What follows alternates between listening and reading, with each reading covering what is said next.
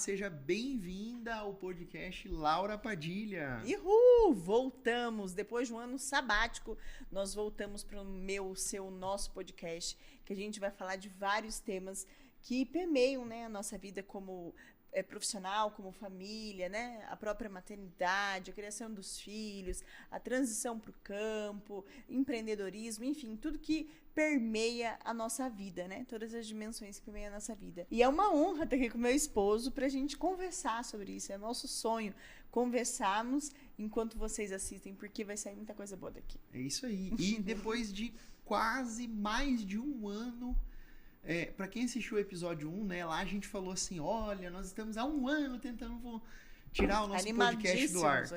Né? E nós fizemos o primeiro e aconteceu uma série de coisas que a gente acabou não dando continuidade lá pra cá, né? E aquele sonho de sempre querer produzir esse conteúdo, que é um conteúdo mais extrovertido, mais no diálogo aqui, acabou esmorecendo, né? Mas agora nós voltamos, né? Inclusive, vocês devem estar percebendo aqui, pra quem tá assistindo, né? A gente tá segurando os microfones com as mãos. Por quê? Porque a gente tá meio improvisado, né? Porque se a gente o nosso esperasse outro um setup, o que aconteceu?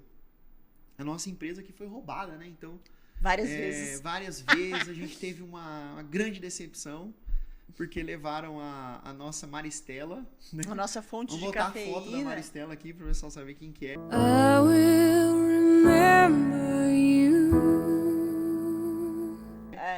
Inclusive, a a Tramontina podia patrocinar a gente. Que era a nossa cafeteira. Nós tínhamos uma cafeteira aqui, absurda aqui na empresa, né? E fazia um café maravilhoso. Todo mundo começou a apreciar café, enfim. E aí, entraram aqui, roubaram nossos microfones, roubaram a Maristela e... Isso. Enfim. E aí a gente só deu a largada e não continuamos por essa razão, mas agora a gente voltou. Estamos voltando agora, né? E o tema de hoje, especificamente, que nós vamos falar sobre... A nossa transição para o campo. É um dos delícia assuntos, falar sobre isso. É um dos assuntos que mais as pessoas têm perguntado lá no perfil da Laura. Isso. Né? E aí, amor, quero que você comece, então, contando pra gente como é que começou essa ideia e como é que você se via antes dessa transição do sítio. Como é que era a sua cabeça, assim, se você já se imaginou morando no sítio, se você já... pensava isso desde criança, como é que funciona, como é que foi isso, assim, na sua perspectiva? Tá, então assim, nunca pensei em ir pro campo, nunca.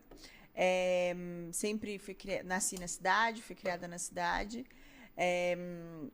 Os meus pais também gostavam muito de cidade, né? Shopping, McDonald's e todas as modernidades e facilidades que a cidade nos proporciona. Mas eles tinham uma chácara. Lá com 5 anos eles compraram uma chácara. Era uma cidade aqui pertinho, né?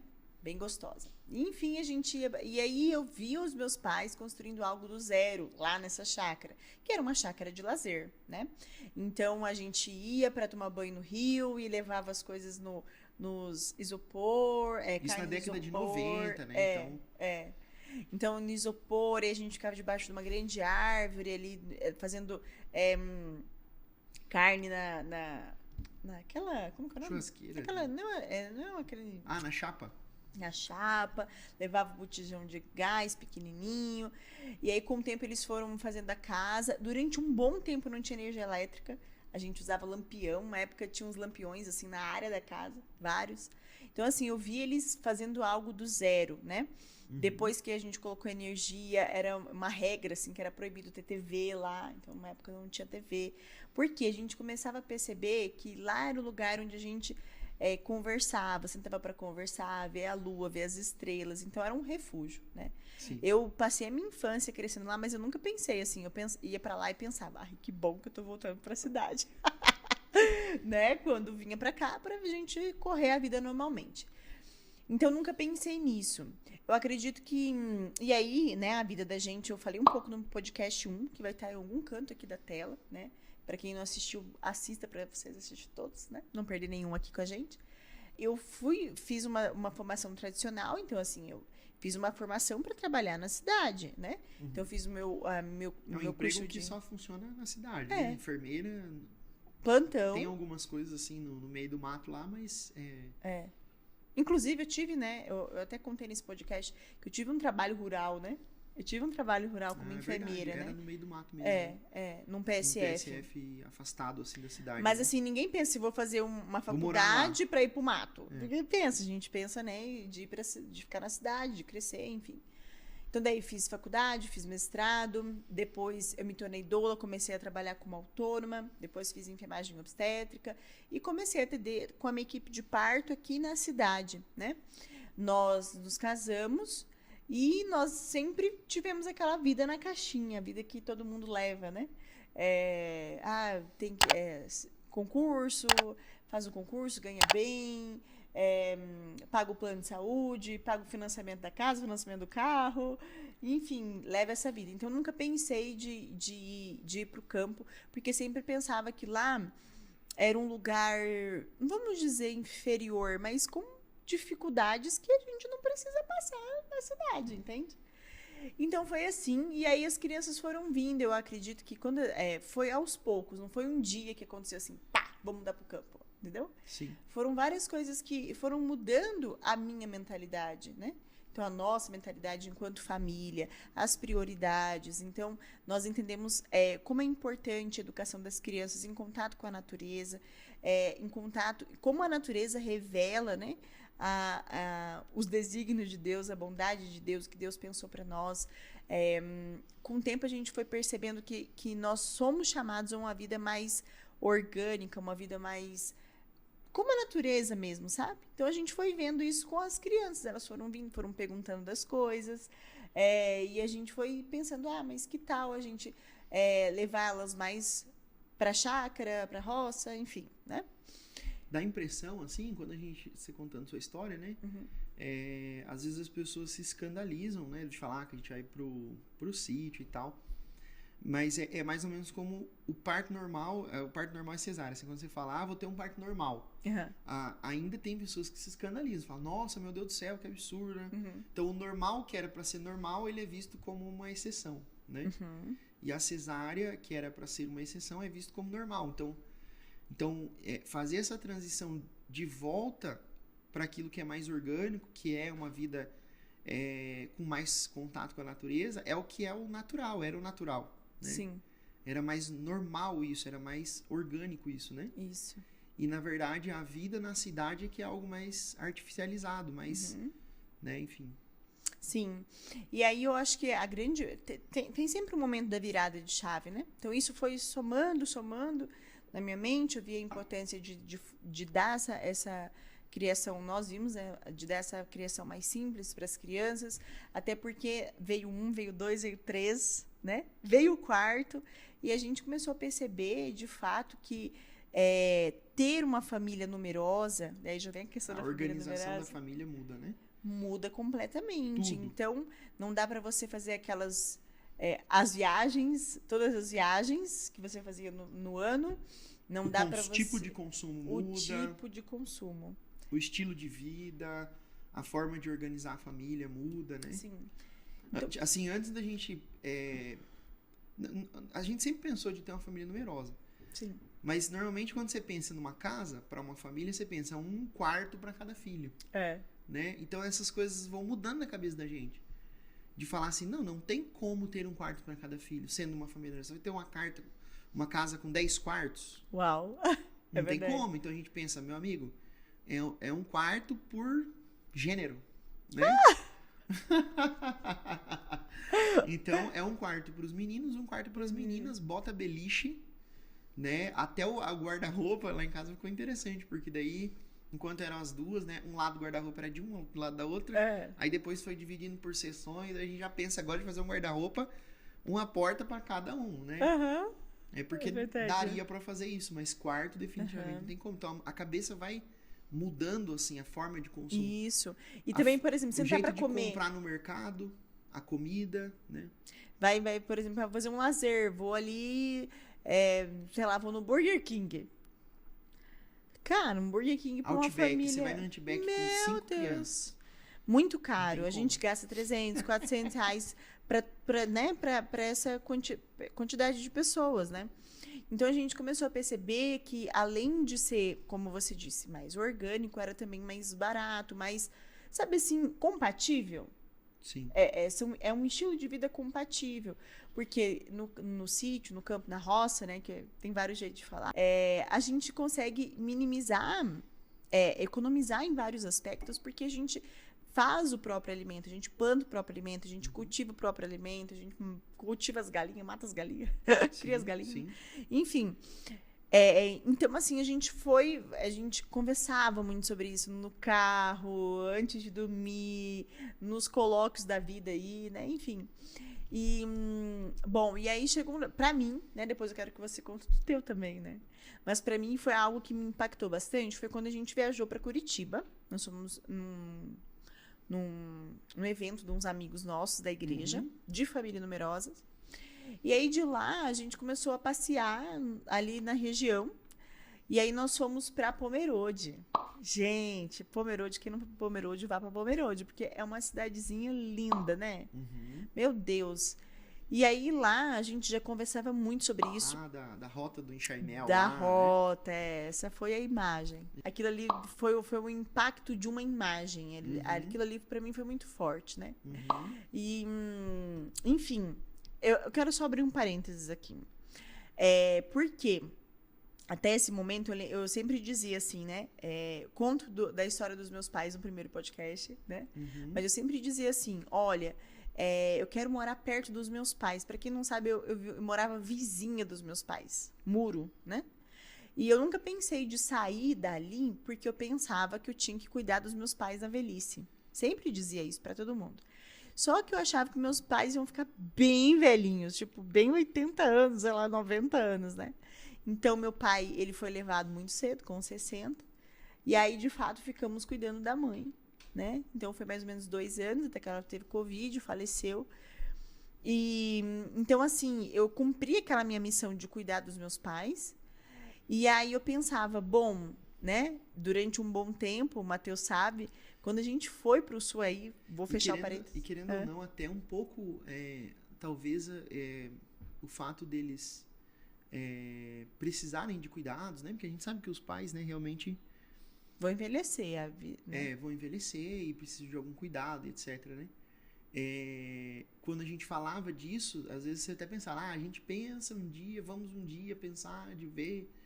de morar em algum lugar, em outro lugar, etc. Mas agora não, né? Então, isso te meio que segurava ali, né? Enfim. Até porque, assim, eu casei com uma pessoa, gente, que fez 500 mil mudanças na vida dele.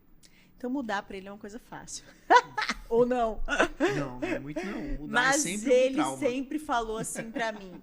Ai, meu sonho é morar em Curitiba. De novo, eu queria morar em Curitiba. Eu gosto muito de Curitiba e tal e tal. Então, a gente foi pra Curitiba. Curitiba não, na verdade, meu sonho era assim, morar num lugar bonito, bom. Mas na época você falava que era pro sul. Depois que você foi, né? E aí a gente foi pra Curitiba, fomos pro sul e a gente falou, nós já somos apaixonados pelo sul, né? Sim. Nós já somos gaúchos de alma e coração. Nós fomos pro sul e nós falamos, é aqui mesmo que a gente quer ficar. Lindo, lugar lindo, as pessoas, cultura maravilhosa. A gente começou a olhar terreno lá em Santa Felicidade. Gente, assim, a gente começou a fazer várias pesquisas porque a gente pensou, bom, vamos ir pro sul e vamos morar numa área mais rural, quem sabe? Porque a gente já estava já com esses alinhamentos. E aí foi quando a gente foi na Rota do Enxamel, lá em Pomerode. E aí a rota, gente, é linda a Rota do Enxamel, é lindo, lindo, lindo, lindo. E aí a gente foi fazendo lá aquelas montanhas, aquelas coisas mais lindas, assim. E aí no meio de dessas montanhas tinha uma casinha, né? E essa casinha tava com o fogão a lenha ligado e aquela chaminé passando aquela fumacinha. Aquelas casinhas típicas alemãs, né? Que ela é feita de madeira, assim, o arco em volta e tem uns X, assim, no meio da casa. E o telhadinho de barro daquele antigo, assim. Sim. E aí eu vi aquela imagem e aquilo ali me emocionou muito. Eu falei... Nossa, eu queria morar assim no campo. Pronto. E daquele dia em diante, essa imagem ficou muito forte. Nós íamos de lá, né? Naquela época, minha mãe era viva ainda. Nós íamos de lá. E nessa época já nós começamos a procurar terrenos, né? Sítio, terra, em vários lugares do Brasil, inclusive no sul, né? Sim. Mas foi aí que a gente descobriu que aqui no Mato Grosso é mais barato. Aqui no Mato Grosso é o nosso lugar, né? Então, Tem uma coisa também que eu percebo, assim, que influenciou na nossa decisão, assim. Primeiro essa questão, né, que você falou de entender que a família numerosa tem um padrão de vida, uma configuração de vida, um mindset, né, uma mentalidade diferente em tudo, de consumo, enfim, de organização da família. Acaba que tudo fica diferente, mas a gente também percebeu, né, vendo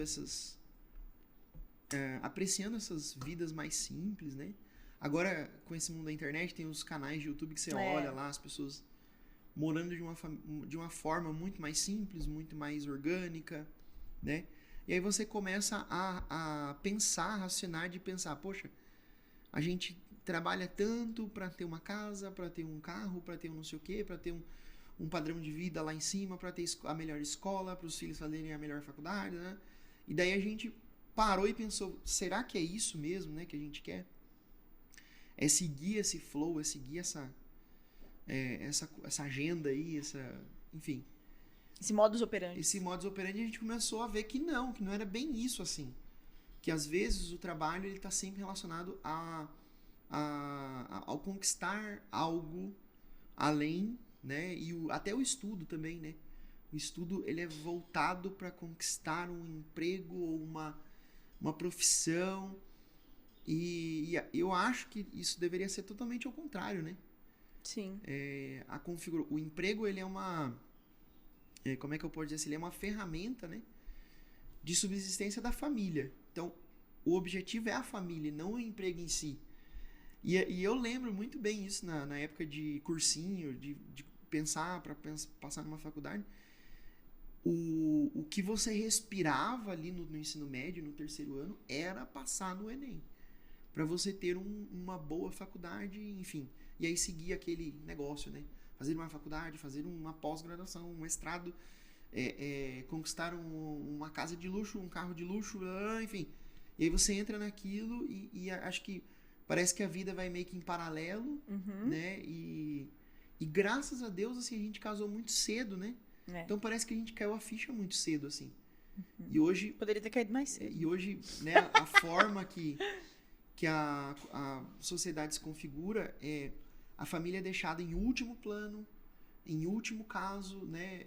Enfim, as pessoas acabam postergando muito o casamento, porque tem aquela concepção ali que foi criada no imaginário das pessoas de que eu preciso fazer um monte de coisa antes para depois constituir a família, né? E na verdade não. Primeiro eu preciso constituir a família e depois a gente vai fazendo as coisas, né? Então eu acho que isso é uma das coisas que influenciou ali, né? Mas eu tenho uma pergunta. Pra você. Não, eu acho que pra nós dois, assim. Não, mas e pra você, sim? Eu acho que foi isso. Eu sempre fui assim. Eu sempre gostei muito de mato. Meu avô tinha sítio lá no Paraná. E a coisa mais legal de quando a gente era criança, tipo assim, de férias, era viajar lá pro Paraná. E a gente ficava lá 20 dias, 30 dias lá no meu avô. Andava a cavalo, tratava as galinhas lá, que ele tinha uma granja, né? Dessas da Sadia, assim, que é quilômetros e tal.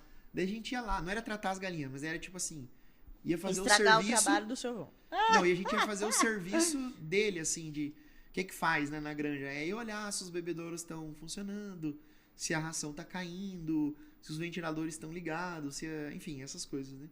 Tirar as galinhas mortas, porque morre muita galinha, né? Aí você tirava as galinhas mortas, enfim.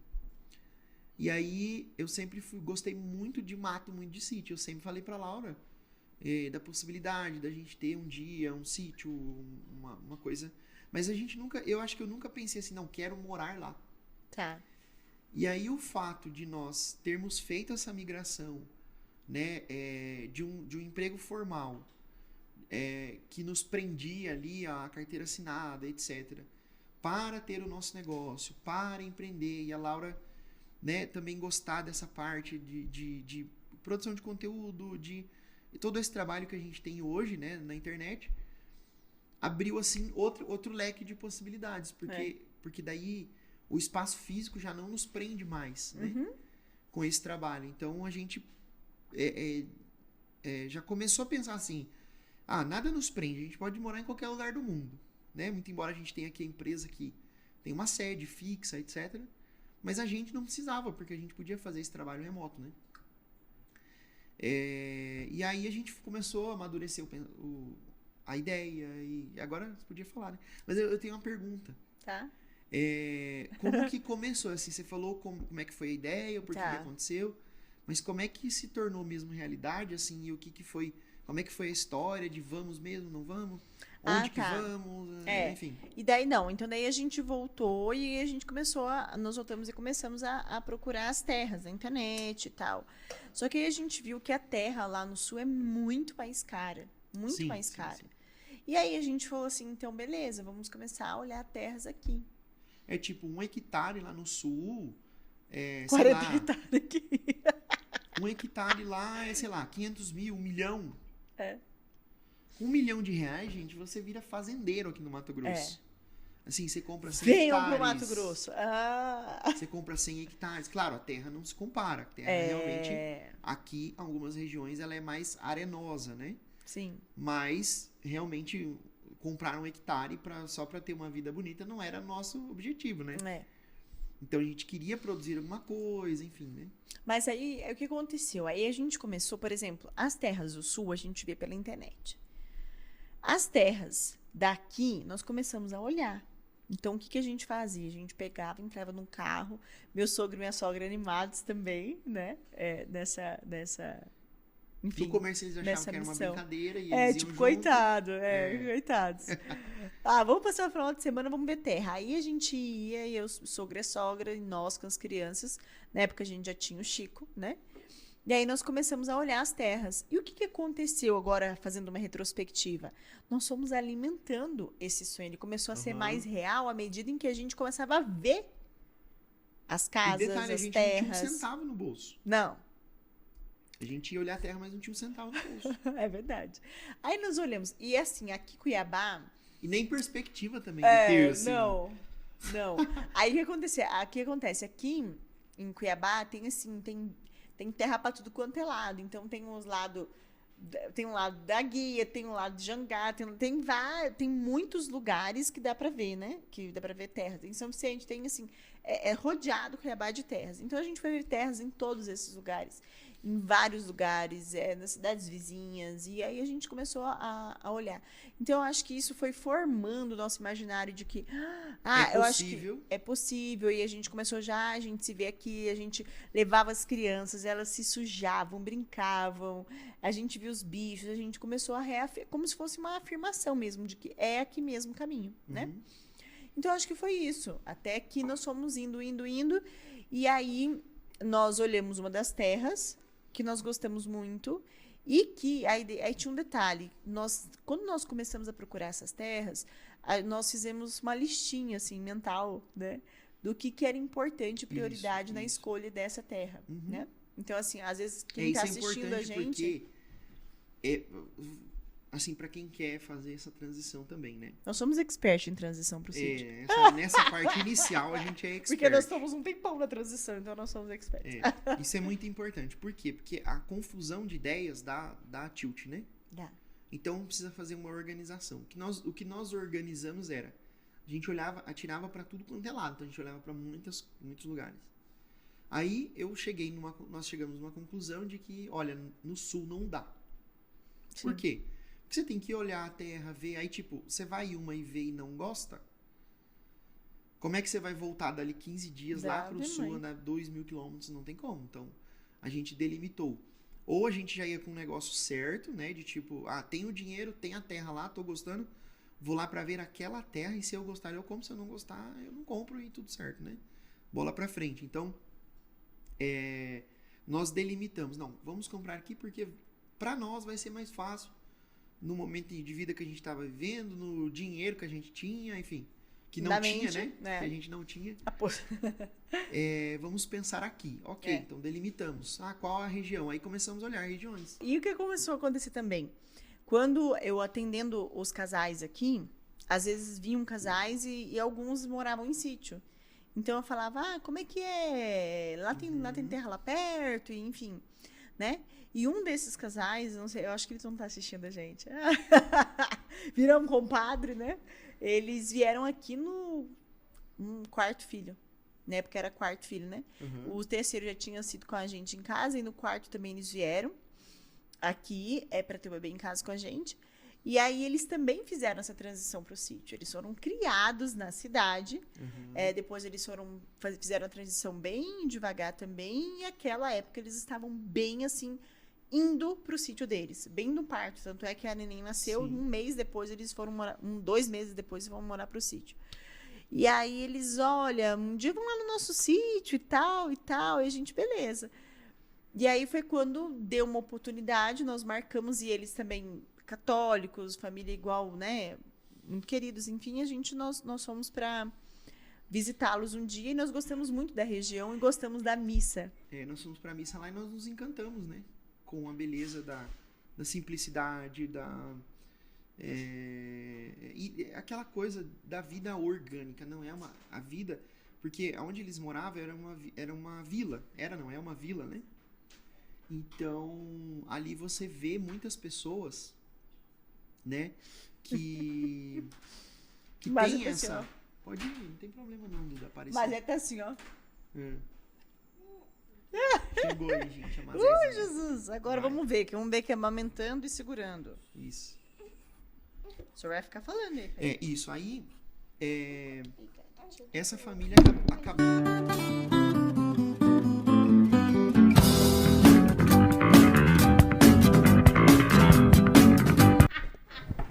Deixa ela de pé agora. Vamos ver.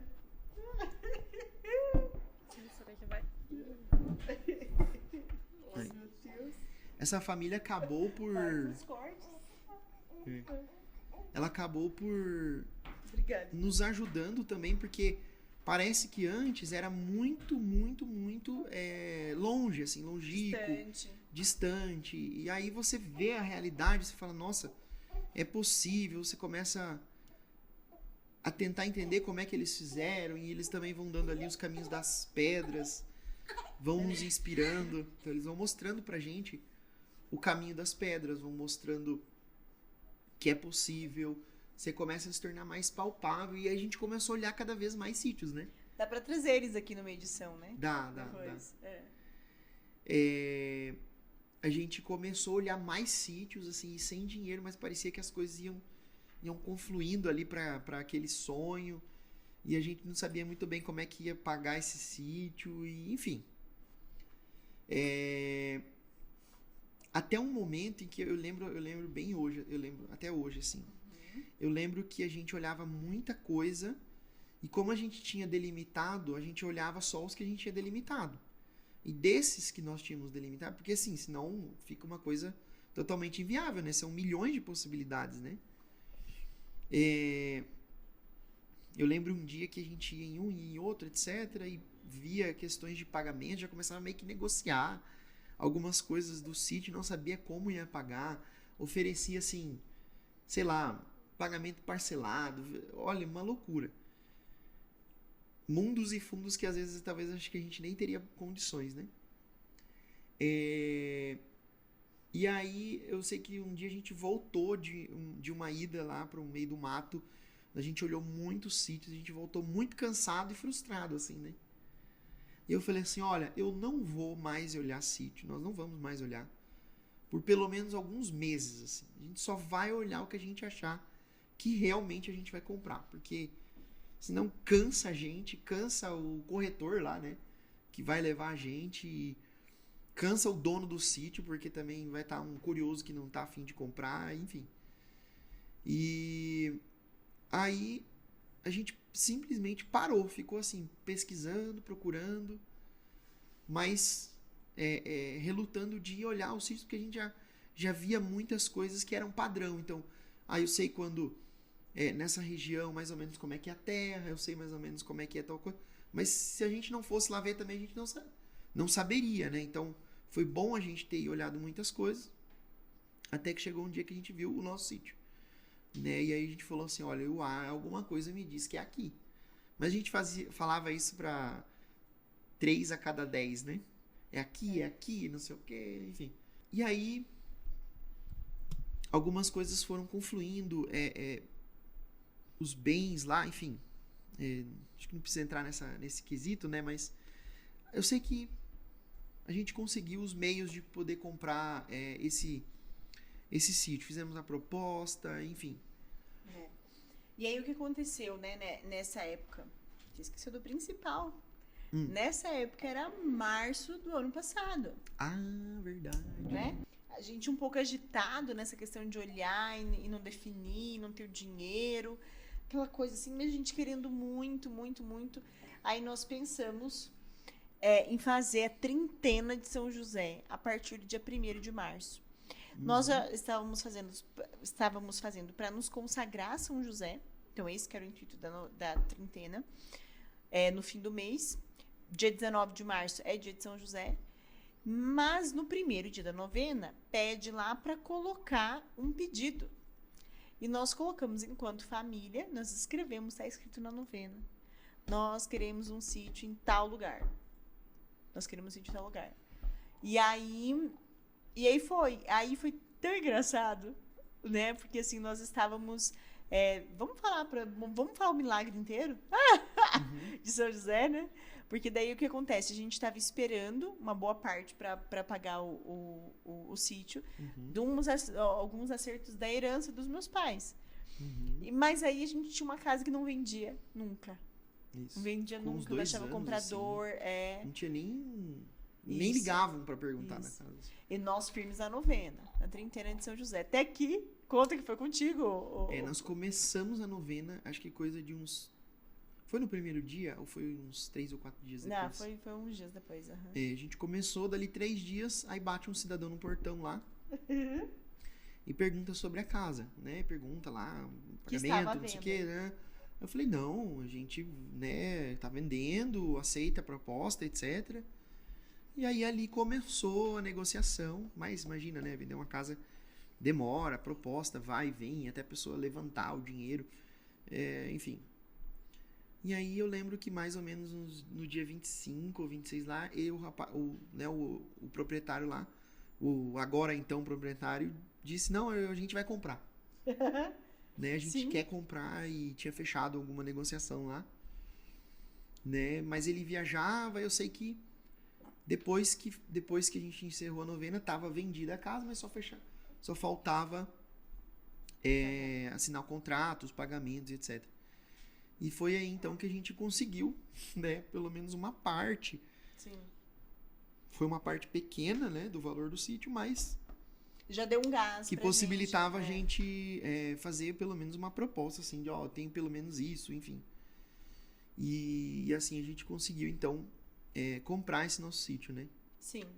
E ainda não terminamos de pagar, estamos trabalhando bastante para... uma das coisas que fez a gente conseguir foi, e também para quem está querendo fazer essa transição, é que tem pessoas, tem proprietários que estão querendo vender o sítio e que estão fazendo isso de maneira facilitada, então consegue parcelar, trocar, enfim, tem várias questões. Tem pessoas que assim. demoram 4, 5, 6 anos para vender um sítio. Sim. Porque realmente é difícil achar uma pessoa que queira comprar naquele lugar. Às vezes o limitante não é o dinheiro, né? Porque, claro, vai ter pessoas que vão ter capacidade de comprar X valor e Y valor, né? Mas, gente, sem mentira nenhuma, tem sítios, assim, que a pessoa tá vendendo lá um terreno por, sei lá, 1 hectare lá por 100 mil reais. A gente encontrou essas... é o melhor lugar do mundo, é o melhor... Não, mas às vezes vai ser a realidade para algumas pessoas. Sim. E, gente, 1 hectare... Você consegue montar um business, assim, do agronegócio com 1 hectare. Você pode montar uma horta que você fatura lá alguns milhares de reais. Né? Não tô falando que... claro, cada um sabe a sua realidade e tem gente que vai querer, tem gente que vai querer. É só porque muitas pessoas nos perguntam como fazer essa transição. Né? E a gente queria dar esses pontos chaves, assim, para que fosse esclarecendo, abrindo a cabeça das pessoas que querem e pensam nessa possibilidade de que é possível. Sim. Né? E assim, Agora, tem uma pergunta também que eu quero falar pra você. Assim, se você... Que foi também uma das coisas que foi determinante pra gente fazer essa transição, essa mudança, que é o trabalho, né? A gente já falou. Sim. Então, eu queria que você falasse um pouco sobre isso também, assim, de que por que nós estamos mudando e é possível, né? E o que as pessoas precisam fazer também, que querem, para que isso... Porque uma coisa que eu vejo que não é possível, assim, não é que não é possível, mas não é recomendável que você espere vir algum retorno de lá, você mudando para o sítio, né? Então, o que você diz sobre isso? Sobre a questão do trabalho, de uma renda de fora? Uhum. Então, algumas pessoas perguntam pra gente mesmo, eu quero fazer essa transição, mas eu ou meu esposo, nós temos um trabalho CLT, e agora? Como que vocês, né, acabam fazendo? Então, assim, a nossa transição, eu conto no episódio 1 do nosso podcast, né? Eu era uma enfermeira comum, né? Uma enfermeira que tinha passei no concurso, fazia os meus plantões, e aí, por necessidade da família, minha necessidade, mas vendo a minha família crescer, eu via que era importante estar com os meus filhos, participar mais ativamente da educação deles, não ficar os domingos trabalhando, né? Então, assim, eu percebi que aquele modus operandi, como eu disse, da enfermeira não era para mim. Como eu já há algum tempo empreendia, mas não sabia que empreendia, né? Na área dos partos, foi quando você falou para mim, né, que aquilo ali podia ser o nosso negócio, o meu negócio, né? Então, assim, o que eu fazia, atender as gestantes, poderia ser o meu negócio, e aí a gente começou a formatar uma empresa, que antes não era, antes era eu presa, antes era tipo um hobby, assim, eu atendia gestantes, mas não via nada que, por exemplo, isso aqui vai ser meu emprego fixo. Então, isso também foi uma transição de longos anos, né? Então, a gente começou a organizar a empresa para que ela conseguisse faturar. Nós fomos para o digital também. Então, hoje a nossa empresa, a gente costuma falar que tem 2 braços, né? A parte assistencial e a parte do digital.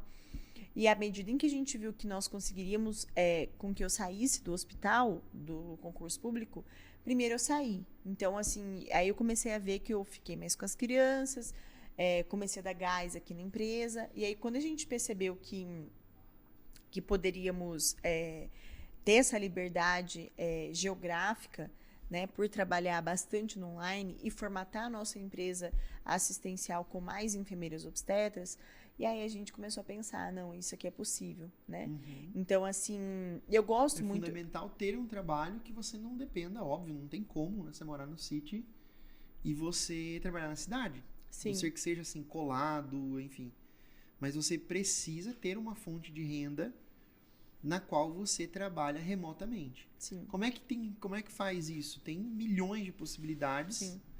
Tem negócios que você cria totalmente digital, né?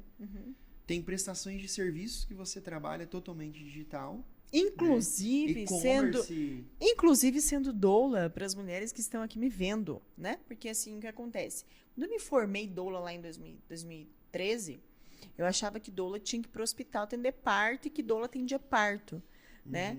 E depois, quando eu comecei a formar doulas, e aí a gente percebe essa atuação das doulas no online, no digital também. Então, a doula, ela pode fazer atendimentos online. Ela pode atender... Depois da pandemia, isso ficou bem claro, né? Não tem uma doula que não atenda só presencial. Eu atendo online também, né?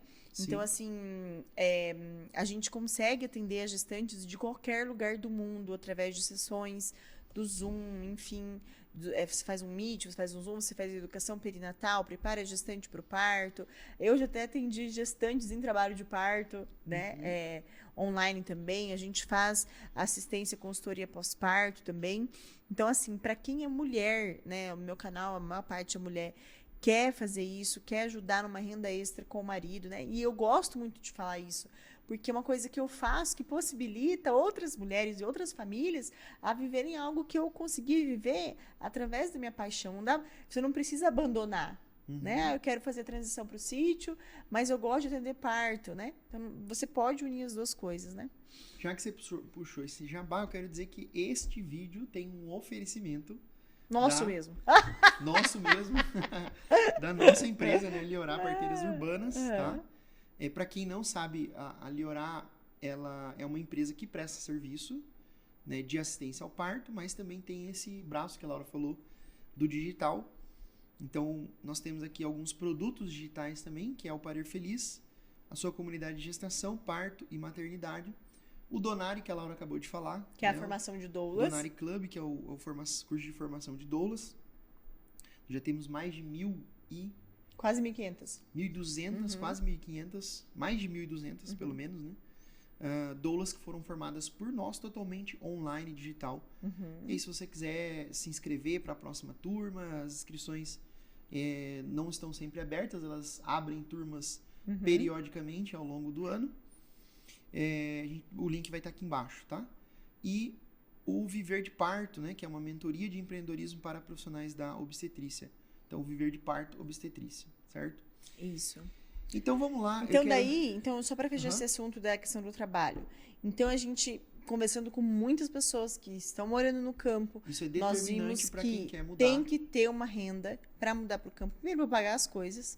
Outra, porque você vai reformar a casa, você vai fazer uma cerca, você vai ter um gado, um bicho, qualquer coisa, tudo dá dinheiro. Então, é importante para você não ficar louca. Sua família louca, colocar as crianças em risco, enfim, todo mundo. Primeiro, você tem um trabalho para você colocar. E ter essa mente, né? De que um tempo você vai investir. Então, o sítio ele vai pegar bastante dinheiro teu para você organizar, deixar ele bonitinho, sustentável, nananã. Mas à medida em que isso acontecer, você já vai economizando em muitas questões. E aí, quem sabe, gerar uma renda com o sítio. Né? E aí pode ser com... A gente pode fazer um outro podcast sobre isso, né? Dia, quando a gente tiver expert disso, né? Mas, enfim, é isso. E tem uma pergunta também que eu queria te falar, é assim, no sítio existe o glamour, né? Que a gente vê na internet, nos Bailarina vídeos, Farm. Bailarina Farm, que tem, né? Que é muito famoso, enfim, do campo, mas tem aquela questão também da realidade, né? Tem o glamour. Eu acho assim que existem os dois lados aí. Tem o glamour e tem a tranquilidade, tem as benesses da natureza, da vida no campo, etc. Né? Mas é preciso entender também que tudo depende, né? Então vamos com calma, assim. Sim. A gente, desde o primeiro momento, estava ciente. É a mesma coisa a família numerosa, né? É muito lindo, é muito glamuroso, é muito bonito ter uma família numerosa, mas a gente entende que ter muitos filhos também é uma vida de sacrifício, né? A educação, tem uma série de coisas que não é fácil, né? A vida no sítio também, eu penso que tem uma série de sacrifícios que você está aberto a tê-los ali, né? Um deles, vamos supor, por exemplo, é a não facilidade da cidade. Então, você não vai comer um iFood a hora que você quiser. Então, você vai comer aquilo que você for fazer. Então, isso é né? Hoje a gente vê como uma dificuldade, né? Mas deixa de ter aquelas facilidades da cidade. Sim. Né? Não é todo lugar que vai ter água. Então, tem lugares que tem dificuldade de água. E a gente visitando muitos sítios, a gente via que às vezes a pessoa pegava água na cidade, água para beber, eu me refiro, né? Pegava água na cidade, usava para a semana toda, depois tinha que voltar a pegar mais. Ou pegava na mina, que era muito longe. Ou pegava numa mina e vivia aquela vida ali, sacrificial, né? Então, às vezes você vai lá, né, a gente até brinca que legal ir na chácara, no sítio lá desse amigo nosso, porque tá pronto, tá formadinho. Mas eles vivem lá uma vida de sacrifício. Para manter aquilo ali é muito difícil. Sim. Para varrer aquilo lá, para cortar aquela grama, para pro bicho tá bonito, para bichos, comer aquele porco, para consertar aquele, né? Enfim, tudo isso vai dinheiro, vai tempo, vai energia. Então, o sítio não é um lugar que você vai puxar uma rede, deitar ali e ficar apreciando a natureza. Não, absolutamente não é isso. Sim. Né? Então, assim, eu lembro que uma vez a gente tava indo dormir já e eu, quero sítio, né? O Matheus, ele sempre dá umas mexidas, assim, pra voltar pra realidade. E eu lembro que você fez algumas perguntas pra mim, pra ver se de fato eu queria mudar pro sítio, né? Então, você falou, você sabe que lá pode acontecer um acidente com algum bicho, lembra que você falou? E se for picado por um bicho? Sim. E se acontecer tal coisa? Então, assim, se furar o pneu do carro, você não tá no meio do mato. Sim, então, assim, é bom a gente pensar nesses piores cenários, né? E ver se, de fato, o que você quer mesmo é ter a ideia da casinha da Rota do Enxamel, ou é a realidade de ter um sítio aqui, né, na nossa cidade. Então, assim, quando você fez essa pergunta, eu vi que, de fato, eu queria mesmo morar no sítio, né? E aí, quando a gente foi comprando o nosso sítio, indo para lá e vivendo do zero, porque nós construímos lá do zero, porque lá não tinha água, lá não tinha energia, lá não tinha nada, né? E eu lembro que esses dias eu falei, amor, eu preciso tomar banho antes de dormir lá no sítio, né? Que algumas noites a gente posa lá. E aí o Matheus falou assim, eu não vou trazer a mangueira aqui da água, né? Que só tem uma mangueira do poço. Aí ele falou, vamos lá na caixa d'água. E assim, escuro, de noite, lá tem rã, lá tem todos os bichos que tem no sítio, né? Vamos. Daí eu fui. Lá ele ficou iluminando pra mim com a lanterna do celular. E eu tomando banho de canequinha, né? E ele falou, quem diria, hein, mamãe? A senhora aqui, tomando banho de canequinha e tal. E a gente feliz, porque, né? E assim, sabendo que tudo bem, sim, é assim, não é uma coisa, meu Deus, pra nós, sim, né? Então, assim, nós somos bem cientes. E as crianças, né, tudo vira uma farra, né? Sim. E lá elas sabem, assim, quando a gente chega, normalmente é o momento de limpar as coisas. Porque dá muita poeira, dá muita sujeira. Não então, é confortável de forma alguma. Não é confortável. Então elas chegam lá, elas mesmas já sabem que é pra gente trabalhar. Às vezes a gente sai meio corrido de alguma vez que vai lá, e aí fica uns copos descartáveis, um negócio fica um pouco sujo. Então, quando a gente volta, tem que limpar, né? Organiza, limpa. Na hora que vai sair também, a gente tenta deixar o mínimo organizado, limpo. E, claro, elas brincam muito, elas vão brincar muito. A gente coloca água na caixa d'água, elas vão lá e brincam, etc. Então, um pouco disso que a gente queria passar para vocês é que é muito legal, é muito bonito, mas tem também a parte do sacrifício, como tudo na vida. Sim. Né? Não é só a foto do Instagram, sim, que é a realidade ali, achar que é tudo muito bonito. É tudo muito bonito, sim. Sim. Mas é importante entender, né, e ver a beleza no sacrifício também. Com certeza. Né? Ao mesmo tempo que uma mãe que passa noites em claro, acordado, dando de mamar pro filho, né, a beleza daquele amor também, né? Isso é belo, isso é bom. Sim. Né? Enquanto tem pessoas que, né, que nutrem ali uma raiva, um ódio de se sacrificar, né, o que é muito prejudicial para a alma, né, vamos dizer assim. É preciso ver essa beleza, né? Sim. Nessas coisas também, né? E assim, ainda mais eu fui criada assim num meio que a gente tem que ganhar cada vez mais dinheiro para ter um padrão de vida mais alto. Então, por exemplo, você tem que morar num condomínio de luxo, a sua casa tem que ser de porcelanato, tem que ter aquelas esquadrias maravilhosas, tem que fazer 2 viagens por ano.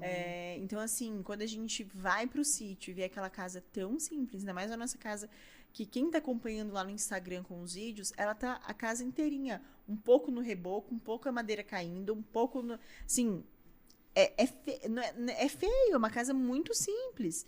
Então, assim, a gente tá aos poucos organizando essa casa, né?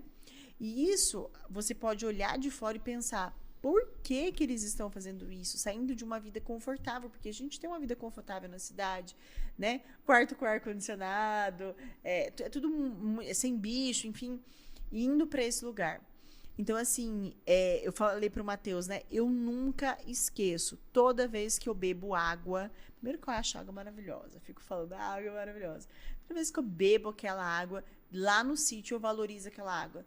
Porque eu sei das vezes que nós fomos pra lá passar dia, nós ficamos com sede. Não, assim, não sede, assim, mas é porque acabou a água e a gente ficava com sede. Sim. Num calor que faz aqui, lá no nosso sítio. Na poeira. As crianças sujas. Teve um dia que a gente foi embora, que a gente tomou banho lá no lugar lá perto, em que as crianças elas estavam chorando de corpo ruim, de tanta sujeira e suador e enfim, né? Imagine 4 ali, eu grávida, né? Então, assim, o dia que... tem esse detalhe, né? A gente foi muitas vezes lá com a senhora grávida. Inclusive, Coitada, minha bolsa a Laura, rompeu. gente, a Laura, nós tinha vezes que nós íamos pro sítio e a Laura só ia lá e só passava mal. Porque quente, seco, Sem né? água. Sem água. Às vezes a gente não tinha onde sentar, né?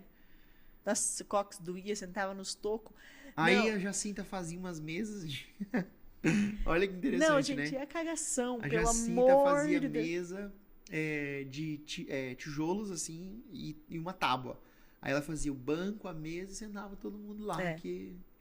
E ainda tá meio assim, né? Tá, porque também ainda tá. não tem muito... Não, e aí muita as estrutura. crianças, e assim, você assim, enjoando e tal, mãe, quero fazer cocô. Não sei, as crianças iam pro sítio, todo mundo queria fazer cocô, entendeu?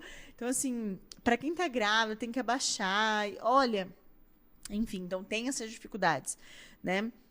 Mas eu não esqueço do dia que a gente furou o poço. Foi uma alegria muito grande. Foi o primeiro vídeo nosso do Reels lá no Instagram da transição pro sítio. Inclusive, tem todos, né?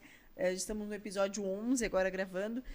E foi uma alegria muito grande ver aquela água. Eu acho que por isso até que foi o primeiro que viralizou, porque foi bem legal. E então toda vez que a gente bebe a água, a gente valoriza não dá valor, aquilo. né? Porque a gente abre a torneira ali na cidade e tá fácil. Né? E a gente, toda vez que ia pro sítio, antes de furar o poço, tinha que levar galões e galões de água. E nunca era suficiente, né? Aí a gente furou, nossa, deu uma diferença, assim, total. De sem água e com água. Sim. Né? Aí a casinha era muito simples, não tinha banheiro. Então agora... Não tinha energia. Não tinha energia, é verdade. A gente tinha que voltar no entardecer. Aí Correndo e tal. passou a ter energia. A gente, nossa, agora nós temos uma lâmpada. Um A gente ia lá, tinha ventilador, uma ventilador, tipo, uau. Ventilador, ligamos um ventilador. Então a gente vai dando, nossa, aquele valor, né? E agora nós temos um banheiro. E aí, agora nós temos um banheiro e assim, as coisas vão acontecendo, né? Mas tudo isso para dizer, assim, que nós mudamos pro sítio, e isso as pessoas perguntam muito, justamente porque nós optamos por essa vida mais simples, mais modesta, né? E nós queremos ensinar isso para as crianças. Que o objetivo não é passar no Enem, tá? Se ela passar no Enem, tudo bem, né? Mas o objetivo da vida não é passar no Enem, não é ter o Ultra Mega Power diploma, não é ter o Ultra Mega Power dinheiro, profissão, né? Para você ter uma Ultra Mega Power casa naquele condomínio de luxo, né? Para te dar uma falsa sensação de segurança, né? E nós estamos indo lá pro meio do mato, querendo ter essa vida mais simples, para mostrar para as crianças que a finalidade da vida não é isso que as pessoas pregam, né? A finalidade da vida é, no fim das contas, amar, servir e encontrar nosso Senhor, né? Sim. E nós arranjamos um meio mais fácil morando lá. E nós encontramos que para nós aquilo vai ser muito bom, né? Claro, a gente quer também, vamos supor, ter essa vida de contato com a natureza, legal. A gente quer também ter essa... A gente acha que uma hora vai dar uma economia ali nos alimentos, né? As crianças vão ajudar, depois que crescerem, então, a produzir a comida, a plantar, a colher, etc. Então, isso tudo também é uma escola de vida para elas. Nós acreditamos nisso, né? E o contato também, acho que com a cidade, que às vezes é muito ruim, né? Sim. O que você acha sobre isso? Sim. Não, sim, com um jeito moderno. Eu acho que não é com a né? cidade, né? O problema não é a cidade, mas o que acontece dentro dela, o que é mais favorável, né? Então, assim, a cidade, a cidade é uma organização contemporânea, assim, né? Dos tempos, né? Em que nós vivemos. Que nós vivemos. E o modo como ela está hoje, por exemplo, as músicas, os modos, estou falando agora que nem minha mãe, os modos, o modo de vestir, o modo das pessoas conversarem, o modo delas festejarem, até o modo das pessoas comerem, tudo, né? Vai para um lado que não é o da santidade. Então, os tempos modernos, né? geralmente, como diz Nossa Senhora falou para Jacinta, né? Que o jeito das mulheres se vestir, né? Daqui um tempo vai ser algo escandaloso. E a gente vive isso.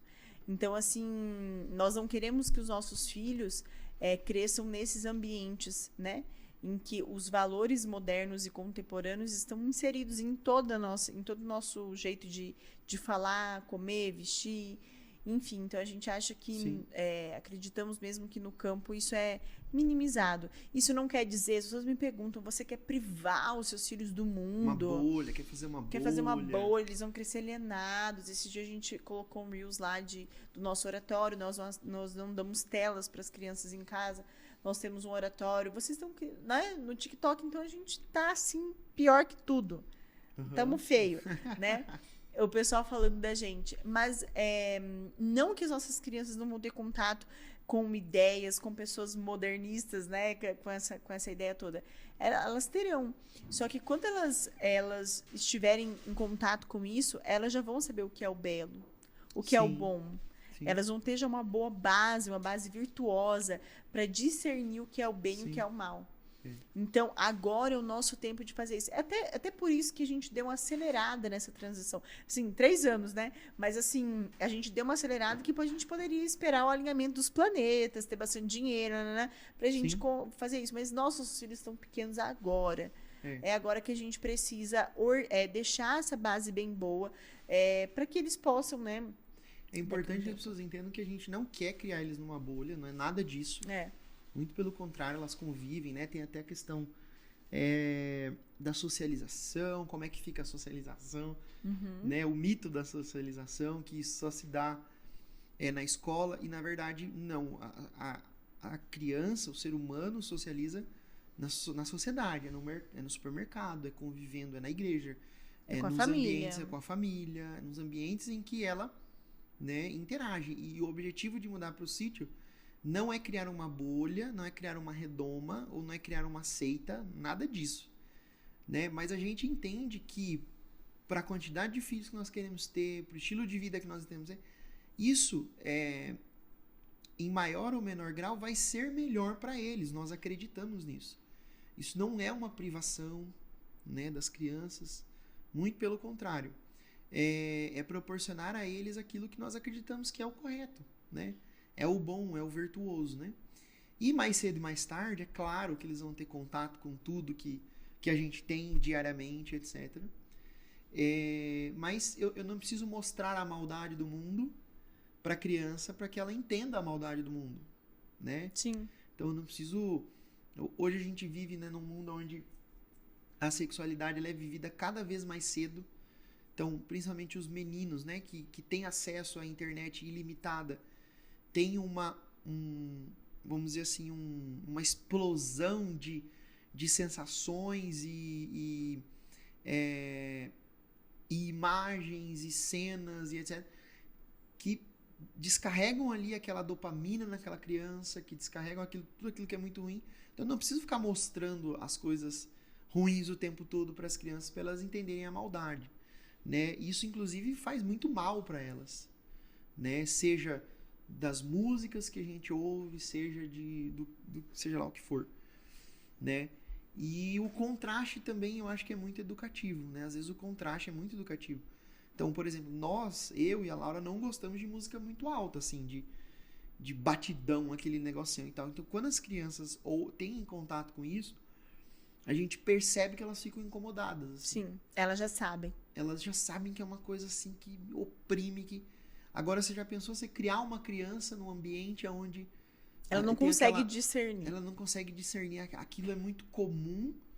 Aquela música alta, o batidão, aquelas músicas que são extremamente rítmicas e que faz com que elas mexam com o corpo, a sensualidade, etc.